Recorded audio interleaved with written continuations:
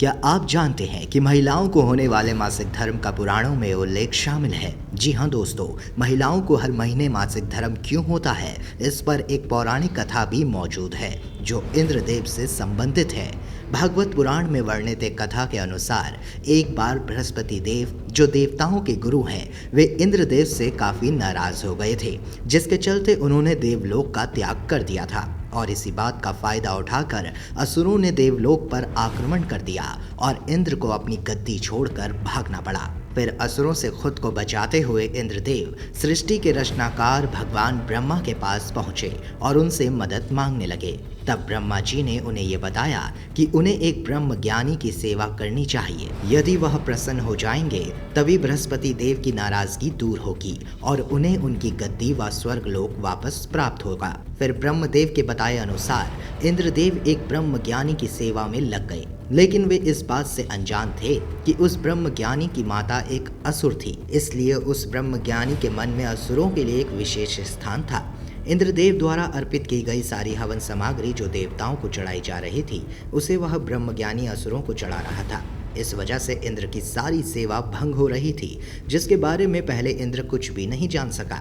लेकिन जब इंद्रदेव को सब बात पता लगी तो वो क्रोध में आग बबूला हो उठे और बिना कुछ सोचे समझे उन्होंने उसी समय उस ब्रह्म ज्ञानी की हत्या कर डाली। उस ब्रह्म ज्ञानी को इंद्र ने पहले अपना गुरु स्वीकार किया था, फिर उनकी हत्या कर दी। और शास्त्रों के अनुसार एक गुरु की हत्या करना घोर पाप था, जिस कारण इंद्र पर ब्रह्म हत्या का पाप भी आ गया।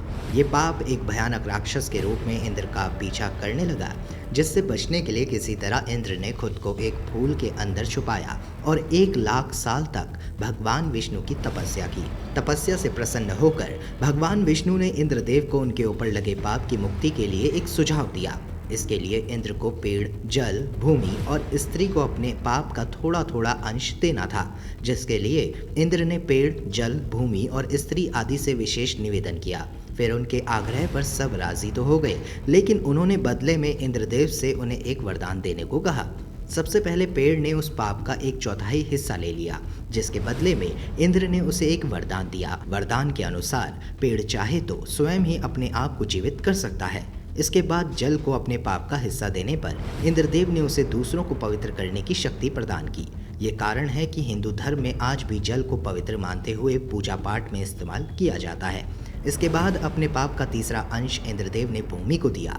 इस वरदान स्वरूप उन्होंने भूमि से ये कहा कि मनुष्य द्वारा भूमि की हानि करने पर भूमि को आंतरिक रूप से कभी कोई क्षति नहीं पहुंचेगी, बल्कि उसका परिणाम स्वयं मनुष्य भोगेगा। अब आखिरी बारी स्त्री की थी।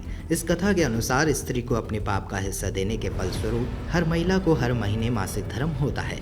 लेकिन इसके बदले इंद्रदेव ने महिलाओं को वरदान देते हुए कहा कि महिलाएं सहन शक्ति की मूरत होगी। उनके अंदर पुरुषों से कई गुना ज्यादा दर्द व कठोर बातों को सहने की क्षमता होगी।